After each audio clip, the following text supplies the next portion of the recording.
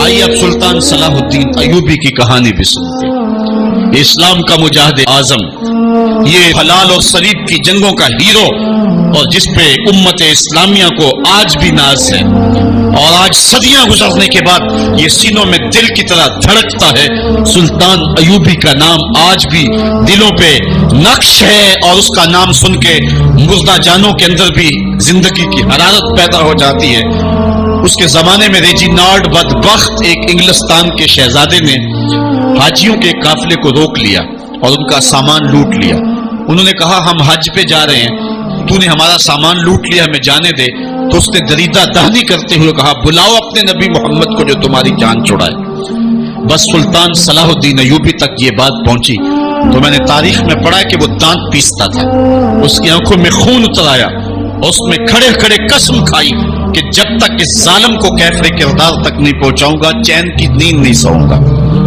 پھر پونے 2 سال کا عرصہ آپ سلطان صلاح الدین ایوبی کی زندگی دیکھیں، جنگی مہموں کو ترتیب دیتا رہا، دن رات اس نے ایک کر دی، نیند قریب نہ آنے دی۔ جب نیند بہت زیادہ تنگ کر دی تو پھر وہ خیمے کی چوب کے ساتھ ٹیک لگا کے کھڑے ہو کر کے اپنی آنکھوں کی آگ بجھا لیتا، اور پونے 2 سال کا عرصہ اس نے چارپائی پہ لیٹ کے نہیں دیکھا۔ پھر وہ لمحے آئے کہ اللہ نے اس کی مراد پوری کی۔ انگلستان کے شہزادے لائن میں کھڑے تھے، اس نے شاہ گاما کو اپنی کرسی دی اور ساتھ کہا ہم جس کو کرسی دیتے اسے امان دیتے۔ پھر اس نے اس کے جو نائٹس تھے ان کو آپ خوریم دیے، ان میں پانی دیا، کہا جس کو ہم پانی دیتے ہیں اس کو امان دیتے ہیں۔ پھر جب ریجینالڈ کی باری آئی تو بادشاہ کی رگیں پھول گئی غصے سے، اس نے تلوار نیام سے باہر نکالی اور اس کی چھاتی پہ چڑھ کے اس کی گردن پہ تلوار رکھ کے اس کے ٹکڑے کرتے ہوئے کہا او کتے، تم نے کہا تھا بلاؤ اپنے نبی محمد کو، محمد عربی نے اپنا نوکر بھیج دیا ہے۔ اور اس طرح اس ریجینالڈ کتے کے 2 ٹکڑے کر کے رکھ دیے۔ یہ ہماری تاریخ ہے، یہ روشن تاریخ ہے۔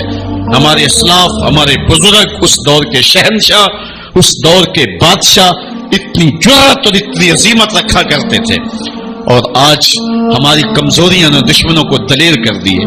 کبھی ایسا بھی اندھیر آیا تھا کہ سرے عام یوں توہین و تنقیص ہوتی ہو پیغمبر حسن اور پیغمبر جمال کی، اور پھر 1 ارب 40 کروڑ انسان دنیا کے اوپر بستے ہوں۔ یہ بھی زمانے نے دن دیکھنے تھے تو امت مسلمہ کی موت واقع ہو جائے اگر حضور علیہ السلام کی توہین باقی رہتی ہے۔ اس لیے امت کو پوری قوت کے ساتھ کھڑا ہونا ہے اور اپنے نبی علیہ السلام کی توہین کا بدلہ لینا ہے، اور یہ ممکن نہیں ہے جب تک جو ہے وہ ہم پوری دنیا کے اوپر غالب نہ ہوں۔ اللہ تعالیٰ امت کو وہ دن نصیب فرمائے کہ امت کا غلبہ اللہ تعالیٰ نصیب فرمائے۔ اس وقت ہمارا المیہ یہ ہے کہ ہمارے پاس عالمی لیڈر کوئی نہیں ہے، عوام کے جذبے یقیناً دیکھنے کے۔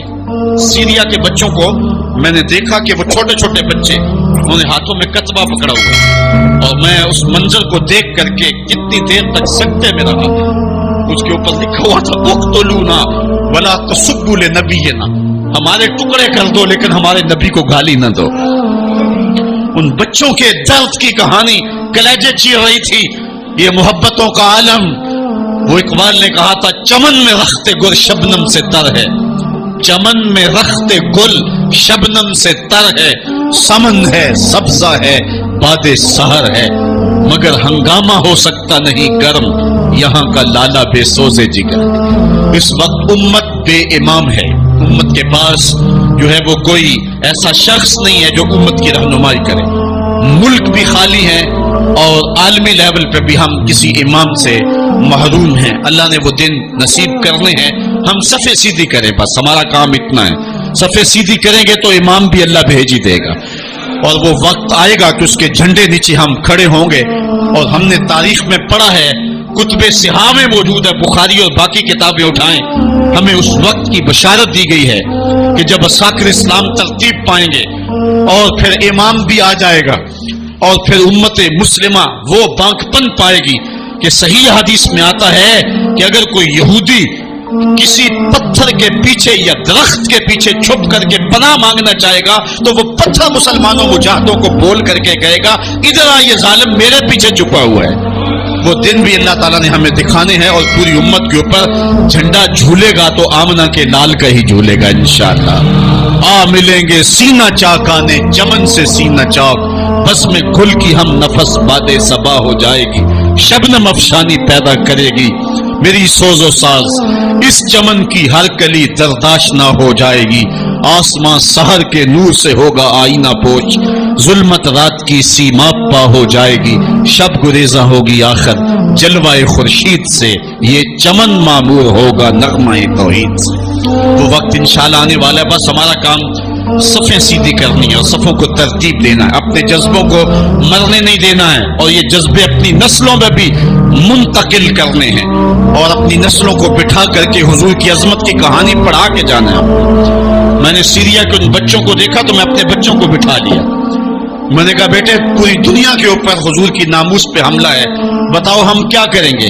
تو میرا 5 سال کا بچہ ہے، مجھے حمزہ کہنے لگا کہ ابو یہ جو تلوار آپ نے لٹکا کے رکھی ہے بیٹھک میں، اس کے میں پیچ خود کھول سکتا ہوں اور یہ میرے ہاتھ میں دے، ان ظالموں کو میں کاٹوں گا. میں نے کہا بیٹے مجھے یہی تجھ سے توقع تھی، اس لیے کہ تیرے جسم کے اندر خواجہ دین محمد مصطفیٰ کی غیرت کا خون دوڑ رہا ہے، اور انشاءاللہ یہ ہماری نسلیں اٹھیں گی اور اسلام کے غلبے کا خواب ہم شرمندہ تعبیر کریں گے انشاءاللہ.